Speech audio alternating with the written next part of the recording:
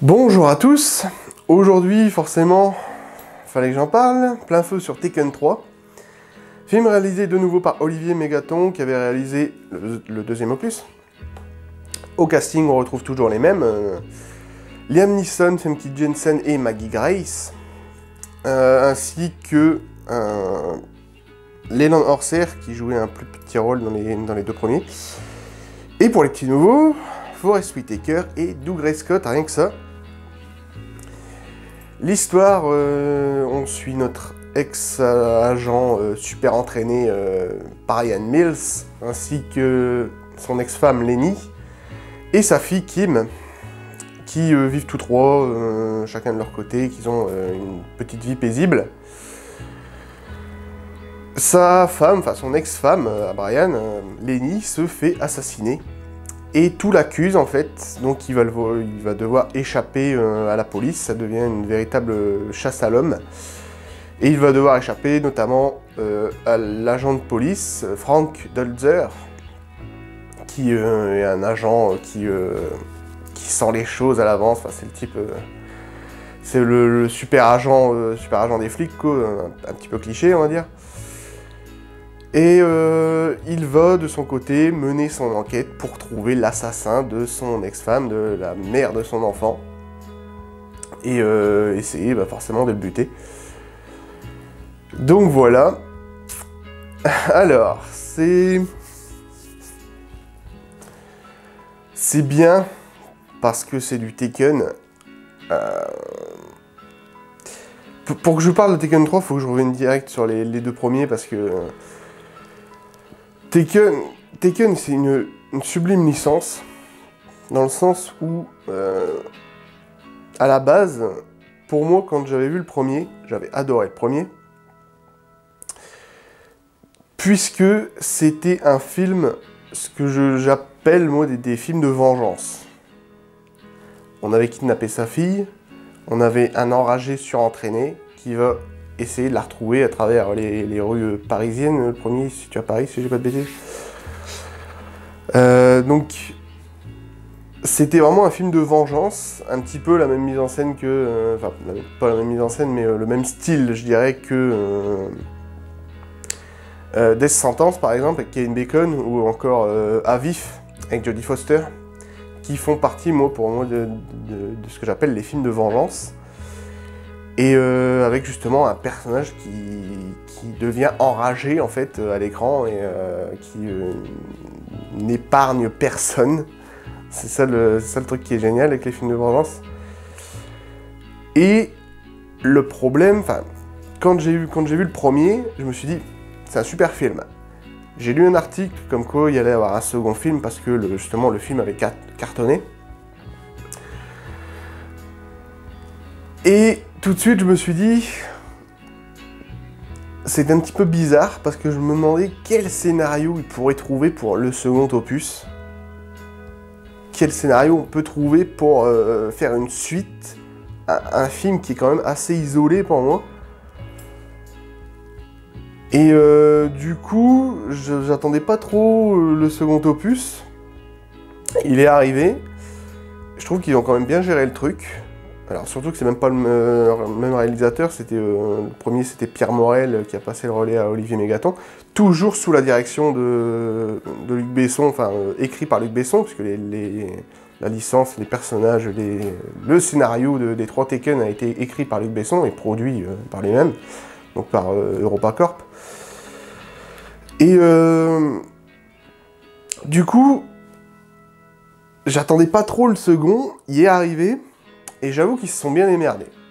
J'avoue que Luc Besson a fait un bon travail au niveau du scénar, parce que je pensais vraiment pas qu'il ferait une suite directe au premier, qui aurait vraiment eu un lien avec les événements du premier opus. Et du coup c'était pas mal, mais malheureusement c'était moins bien. Celui-ci par exemple, Tekken 3, est encore moins bien que les autres. Ça reste un très bon film, hein. C'est un très bon film d'action, mais ça reprend tous les codes hollywoodiens. Et c'est là où je voulais en venir. C'est que Tekken, le tout premier, est un film indépendant. Le second commence... On commence déjà à avoir un peu plus de budget, forcément.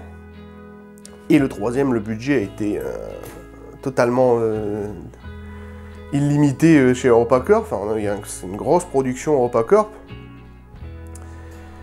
Donc, ça se transforme en un blockbuster d'action. Et c'est ça le petit problème. C'est qu'on passe d'un film indépendant à un blockbuster. Et du coup, on reprend tous les clichés, les trucs des blockbusters hollywoodiens qu'on a d'habitude. Et du coup, c'est dommage. C'est-à-dire que dans le premier, le personnage de Brian était un enragé. Il arrivait, il voyait un mec, il butait, il cherchait même pas à comprendre. Il l'interrogeait, il torturait, il butait, c'était ça son truc, il faisait aucun témoin. Et c'était ça qui est génial, c'est ça qui faisait le charme de tout le film, justement. Il l'a refait un petit peu dans le second, moins, puisque le problème c'est que dans le second opus, c'était lui qui était traqué, et pas lui qui est attaqué. Et là, c'était pareil du coup. Lui, c'est lui qui est traqué.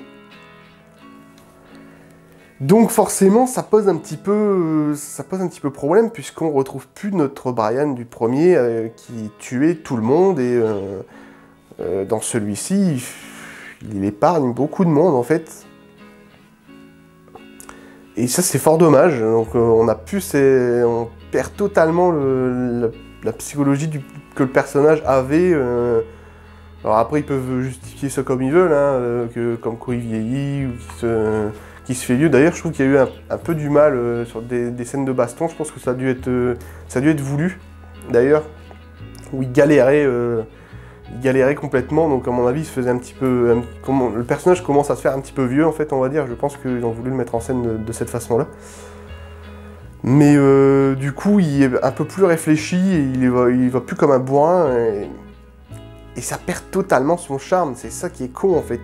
Et ça c'est dû au financement, et parce que ça devient un blockbuster et qu'on veut faire un truc beaucoup plus classique et beaucoup plus accessible à tous les publics en fait.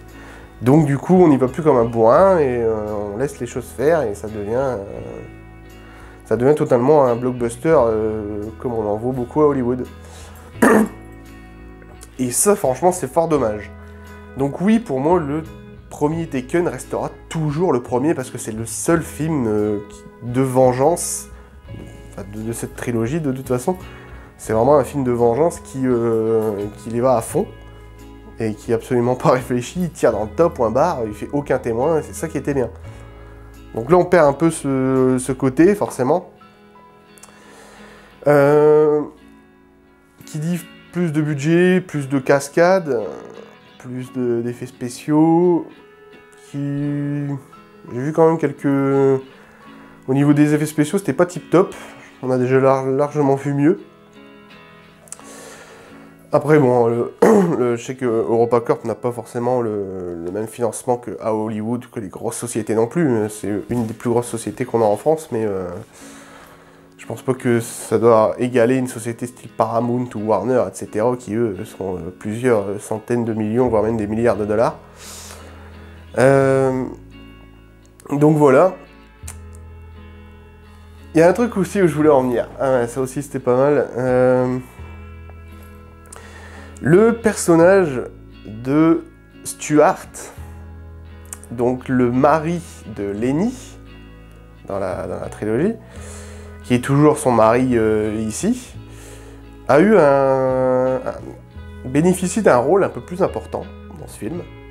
Je vous dirai pas quoi, vous verrez. Et qui dit rôle plus important, dit qu'il faut un acteur un peu plus classe que l'ancien, je ne sais même plus comment il s'appelait l'ancien, qu'il était... Donc en fait on a changé d'acteur, et on a... C'était qui? Xander Berkeley, voilà, l'ancien acteur qui avait joué dans le premier, dans le deuxième, je sais même plus. Je sais plus s'il était présent, bon bref. Et ici, il est incarné par un acteur beaucoup plus classe, et quoique plus classe que Dougray Scott, qui est un acteur un petit peu en dents de scie, qu'on voit pas trop, mais qui a joué quand même quelques grands rôles, notamment dans Mission Impossible 2 par exemple. Donc quoi de plus classe que Dougray Scott, donc on change d'acteur, on prend Dougray, et oui, ok, ça passe, parce qu'il y a un rôle plus important, et que de toute façon dans le premier, le personnage de Stuart était vraiment pas très présent à l'écran, il jouait que 2-3 scènes, donc c'est sûr que c'était pas très important. Mais bon, voilà, pour dire qu'il y a un changement d'acteur, parce qu'à mon avis, le personnage devenait, prenait de l'importance dans celui-ci, qui voulait peut-être un acteur un peu plus charismatique, peut-être, je ne sais pas, ou peut-être que c'est tout simplement que l'acteur Xander Berkeley n'était pas disponible à ce moment-là, je ne sais pas. Mais en tout cas, moi, ça m'a fait un petit peu cet effet-là. Et où je voulais en venir... Oui, il y a un truc aussi qui était bizarre, qui n'est pas expliqué d'ailleurs, c'est ça que j'ai trouvé étrange.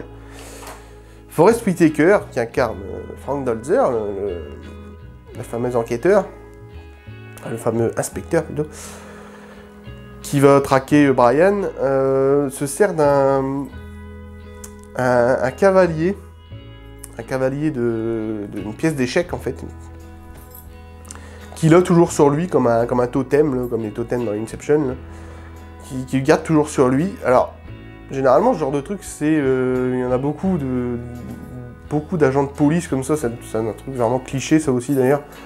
C'est pas du tout nouveau que les agents de police ont généralement un petit truc qui leur rappelle, comme dans iRobot par exemple, avec Will Smith qui avait le collier de la petite fille qui avait été tuée dans le film et dont il se sentait un petit peu responsable. Ce genre de truc, donc c'est totalement cliché, mais là ce qui est marrant, c'est que c'est pas expliqué. Alors, est-ce qu'il faut essayer de le deviner, ce que représente ce cavalier? Pourquoi le cavalier exactement? Pourquoi il a spécialement un cavalier? Pourquoi cette pièce d'échiquier précise? Je ne sais pas, alors soit il faut essayer de deviner, soit c'est une astuce qu'ils ont mis comme ça pour reprendre les codes hollywoodiens et qui n'a pas vraiment d'intérêt. Il y a aussi le principe des élastiques. Ça aussi c'est très connu, c'est assez cliché aussi également, plusieurs personnages l'utilisent. Les élastiques qui tirent un petit peu pour, je crois que c'est pour le stress ou un truc comme ça si je dis pas de conneries. Bon ça à la limite, mais la pièce d'échiquier c'est pas vraiment expliqué dans le film. Bon, c'est pas vraiment nécessaire. À la limite quand on l'explique, oui, je veux bien, quand ça a une histoire à la limite, mais là ça n'a pas vraiment d'histoire. Alors est-ce qu'il faut essayer de deviner? En tout cas moi je n'ai pas deviné, j'ai beau chercher pourquoi un cavalier, je ne saurais dire, mais bon. Voilà. Très bon film dans l'ensemble, hein. Ça reste un blockbuster d'action avec Liam Neeson, de toute façon, qui est absolument excellent, cet acteur. Forest Whitaker, de toute façon, on sent direct que le film est passé d'un budget correct à un très gros budget, dans le sens où, quand on voit Dougray Scott et Forest Whitaker comme acteurs, voilà, faut les payer, ces mecs-là, c'est quand même des acteurs assez bankable. Donc forcément, on sent tout de suite qu'il y a du financement derrière, et on sent tout de suite que le film a pris en amplitude, en ampleur financière, on va dire, au niveau de l'argent. Donc voilà. C'est à peu près tout ce que je voulais dire, c'est déjà pas mal. Ça reste un bon film, mais beaucoup trop cliché malheureusement. Et pour moi, personnellement, si je devais faire un classement, du pire au meilleur, ça serait 3, 2, 1. Le premier restera toujours meilleur parce qu'on a ce Brian Mills totalement enragé et qui est un personnage que je préfère, justement, personnellement. Donc voilà. C'est tout pour aujourd'hui, c'était déjà pas mal. Je vous dis à bientôt pour une prochaine vidéo. N'oubliez pas que le cinéma est un art. Ciao!